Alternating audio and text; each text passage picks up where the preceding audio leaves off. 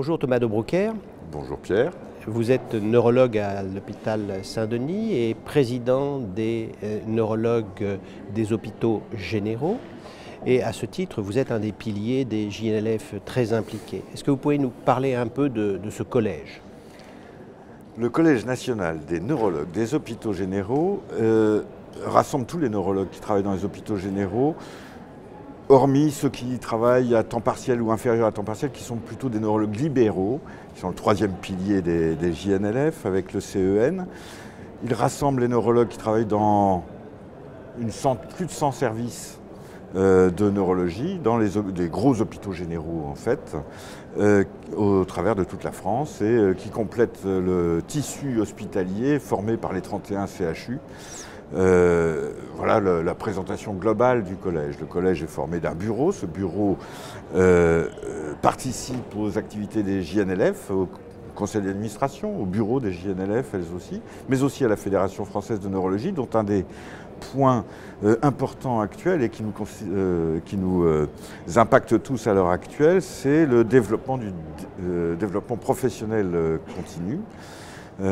Qui va, je l'espère, enfin démarrer correctement l'année prochaine grâce à la création d'un organisme de développement professionnel continu. Alors, plus spécifiquement, dans le cas des JNLF, vous occupez d'une session que l'on va appeler de vie hospitalière, qui nous implique tous.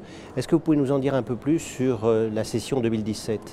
La session 2017, elle est marquée par, d'une part, effectivement, une session organisationnelle, et puis après, par une session d'observation très ancienne au sein des JNLF, sous la forme de quiz qui intéressent les plus jeunes, mais aussi les plus anciens comme nous, parce qu'elles sont en général très riches. La session organisationnelle, elle a deux versants cette année. D'une part, on va parler de l'exploration du sommeil, qui est une activité que nous souhaitons développer en collaboration avec nos collègues pneumologues dans tous les hôpitaux généraux, ce qui n'est pas très facile à faire. Et donc on va partir d'exemples, celui de Saint-Brieuc entre autres, qui va finalement nous apprendre par l'exemple comment bien organiser ce type d'activité. Et puis par ailleurs, le gros morceau, ce sont les groupements hospitaliers de territoire.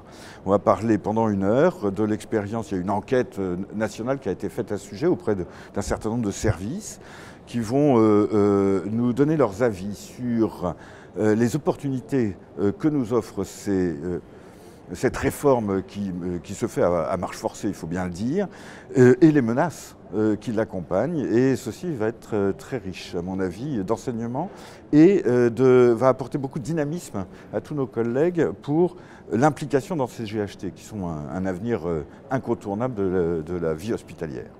Une dernière question. Vous représentez combien de neurologues environ ? Environ 104 services, environ 600 neurologues. Ce qui est donc très conséquent, c'est au moins un tiers de l'activité neurologique en France. Absolument. Merci beaucoup. Je t'en prie.